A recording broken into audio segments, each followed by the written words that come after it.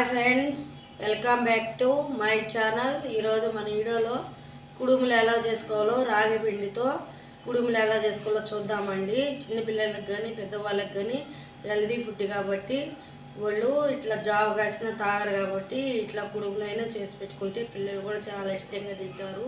తర్వాత ఇది ఒక 2 టేబుల్ స్పూన్లు నెయ్యి వేస్తున్నాను. ఈ నెయ్యిలో రాగి పిండి అనేది ఫ్రై చేసుకోవాలి బాగా. కప్పు అయితే రాగి పిండి తీసుకున్నాను. కప్పుతో అయితే కొలత అయితే 250 గ్రాములు ఉంటుందండి ఈ రాగి పిండి అనేది.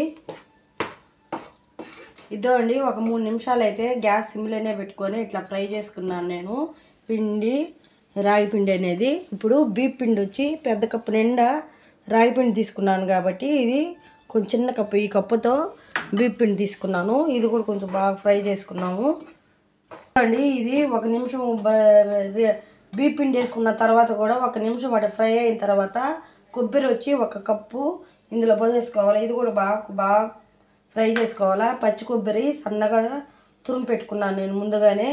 ఈ విధంగా ఫ్రై చేసుకోవాలా. ఇదో ఈ విధంగా అయితే ఫ్రై అయిపోయింది. ఇప్పుడు గ్యాస్ బంద్ చేసేసుకున్నాము. ఉట్టించుకుంటాము. ఇది కూడా వచ్చి 250 గ్రాములు అండి బెల్లము. ఒక హాఫ్ కప్ అయితే వాటర్ పోస్తున్నాను బెల్లం కరిగించుకునేదానికి. హాఫ్ కప్పు వాటర్ పోసానండి. ఈ బెల్లాన్ని ఎత్తి బాగా కరిగించుకోవాలా ఈ విధంగా. ఇద్దో అండి, బెల్లం అయితే ఈ విధంగా అయితే కరిగించుకోవాలా. బెల్లం బాగా కరిగిపోయింది. గ్యాస్ బంద్ చేసేసుకున్నాము. ఈ బెల్లం కరగబెట్టుకున్నాం కదా, ఇది చల్లారిన తర్వాత వడగట్టుకొని కొంచెం కొంచెం పోసుకుంటూ ఇది కలుపుకోవాలా. ఇదో అండి, ఈ విధంగా అయితే పిండి అనేది ఇట్లా కలుపుకోవాలా. ఇప్పుడు మనం బెల్లం కూడా కరగబెట్టాం కదా, ఆ బెల్లం వాటర్కి బెల్లం కరగబెట్టిన దానికి అంతా కూడా దీనికి సరిపోయింది కరెక్ట్గా. ఇప్పుడు కుడుములు అయితే చేసుకున్నాము. పిండి తీసుకుంటూ ఈ విధంగా చేసుకోవాలండి కుడుములు.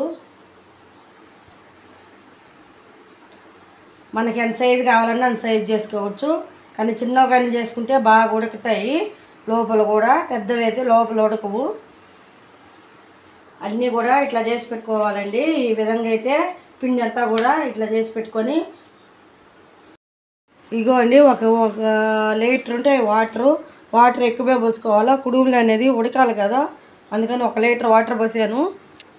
ఇడ్లీ గిన్నె ఉంటుంది కదా, అది మధ్యలో గిన్నె తీసుకొని నెయ్యి అప్లై చేసుకోవాలి. ఈ విధంగా ఇడ్లీ గిన్నెకి ఇట్లా పెట్టుకొని గిన్నె అనేది ఈ కుడుములన్నీ కూడా ఇందులో పెట్టేసుకోవాలా.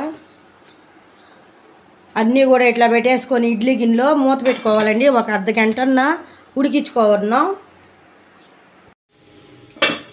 ఇదో అండి, ఈ విధంగా ఉడికించుకోవాలా. కుడుములు అనేటివి 1 గంట పైనే ఉడికాయి నాకు. ఉడికితేనే గంట పైన ఉడికితేనేనండి బాగా ఉడుకుతాయి లోపల. అంతేనండి, ఈ కుడుములు ఇట్లానే చేసుకోవాలా. చాలా బాగుంటాయి. చిన్నపిల్లలకు కూడా పెట్టచ్చు, హెల్దీ కాబట్టి. లోపల కూడా సూపర్గా ఉడికాయి. హెల్దీ ఫుడ్ కాబట్టి చిన్నపిల్లలకైనా పెద్దవాళ్ళకైనా షుగర్ ఉండే వాళ్ళకైనా ఎవరైనా తినొచ్చు. రాగి పిండి కుడుములు చాలా బాగున్నాయండి, సూపర్గా ఉన్నాయండి. ఈ వీడియో కానీ మీకు నచ్చినట్లయితే ప్లీజ్ అండి సబ్స్క్రైబ్ అండి, లైక్ కొట్టండి, షేర్ చేయండి. థ్యాంక్ యూ అండి.